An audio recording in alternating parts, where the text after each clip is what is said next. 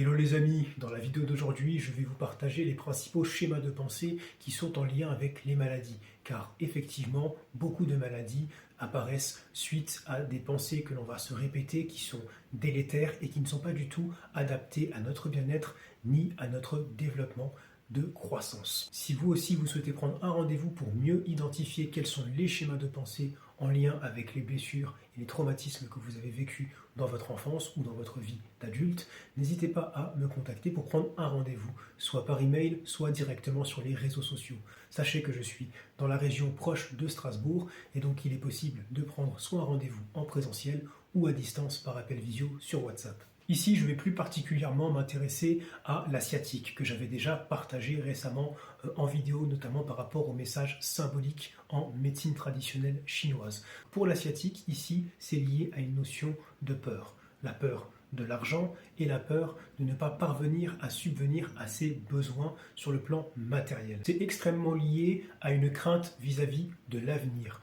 Autrement dit, l'individu est en train de vivre un sentiment très très fort de peur et le sentiment profond d'être incapable de pouvoir surmonter ce qui va arriver dans le futur. Dans la majorité des cas, les personnes qui sont soumises à une telle pression afin de vouloir subvenir à leurs besoins ou à ceux de leurs proches vont généralement être pris entre le choix de faire soit quelque chose que l'on aime, mais cela va demander de prendre des risques et cela va donc accentuer le sentiment de peur, soit de faire simplement un travail qu'il faut accomplir simplement pour pouvoir gagner de l'argent et mettre tout le monde en sécurité, soi-même y compris. Et donc les principaux schémas de pensée que les individus vont avoir eh bien, vont être partagés entre le cœur et la raison, entre ce qu'on aimerait faire et ce qui doit être fait quoi qu'il advienne. C'est également l'idée de ne pas savoir à quelle sauce on va être mangé. Étant fortement impacté par la peur de l'avenir,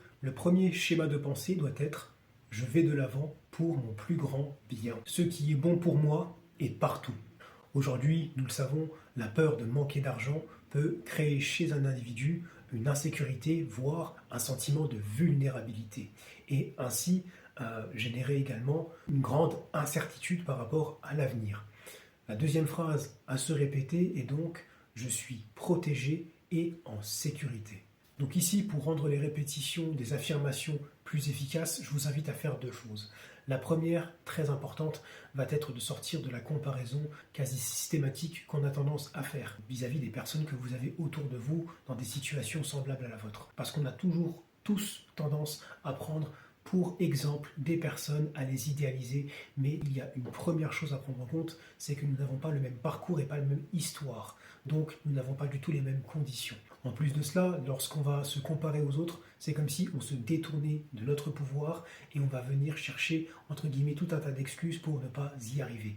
Le deuxième élément très important va être lié au fait de l'acceptation, de prendre le temps d'accepter ces nouvelles phrases, parce que c'est complètement à l'opposé de pensée initiale qui était installée pour les personnes qui ont ces pathologies-là.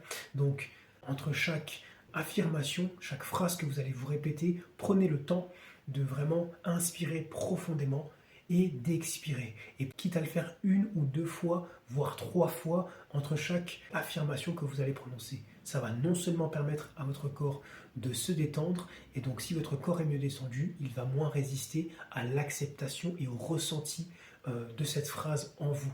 Et n'hésitez pas à user de votre visualisation, de votre imagination, pour justement créer de nouvelles formes, de nouvelles histoires dans votre tête, pour justement venir créer des nouvelles synapses positives, justement pour rendre ce schéma de pensée beaucoup plus efficace.